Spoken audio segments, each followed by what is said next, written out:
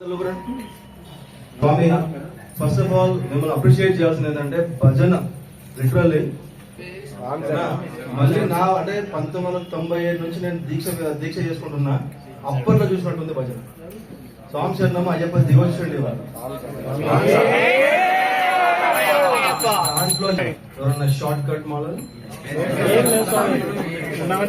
ఒకవేళ ఉంటే ముందుకు రండి.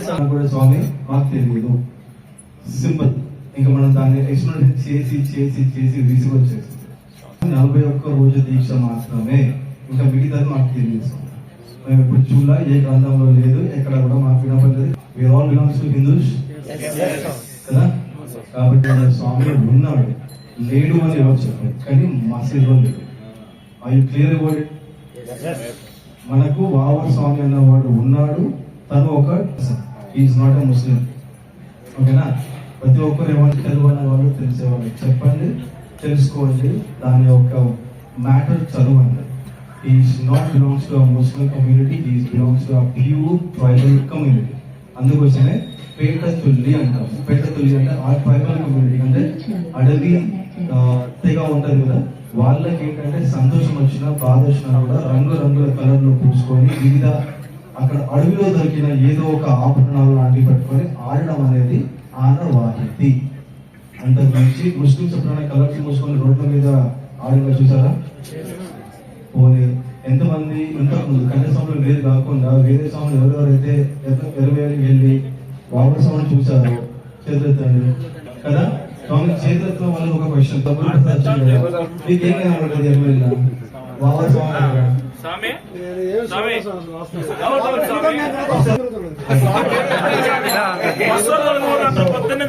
ఎన్ని క్వశ్చన్స్ ఉన్నా కూడా స్వామి అయ్యప్ప ఎందుకు కొడతారు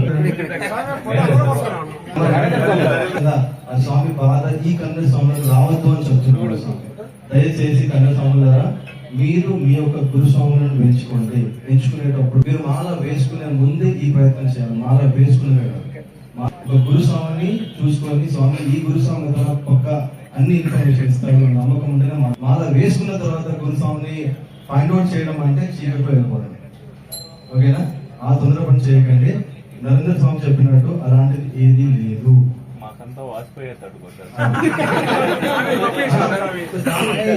కొట్టిన స్వామి దానికి అనుభవించే ఉంటాడు. ఓకేనా? దయచేసి అలాంటి పనులు ఎవరు చేయకండి. మీరు ఎరువేలి వెళ్ళిన తర్వాత మీరు ధర్మశాస్త్రానికి ఓకేనా? ధర్మశాస్త్ర ఉండేది ఎరుమేలిలో, అయ్యప్ప ఉండేది ధర్మశాస్త్రకు పెళ్ళైంది, అయ్యప్పకు పెళ్లి కలగాలి. పూర్ణ విష్ణువంగ సమేత ధర్మశాస్త్ర భార్యలు అయ్యప్ప గారు. ఇవన్నీ మీరు తెలుసుకోవాలి, అవునా? కాబట్టి దయచేసి ఎందుకు చెప్తున్నాను ఇవన్నీ, పేట తుల్లి ఇప్పుడు కన్యాస్వాములు ఆడాలి. ఓకేనా?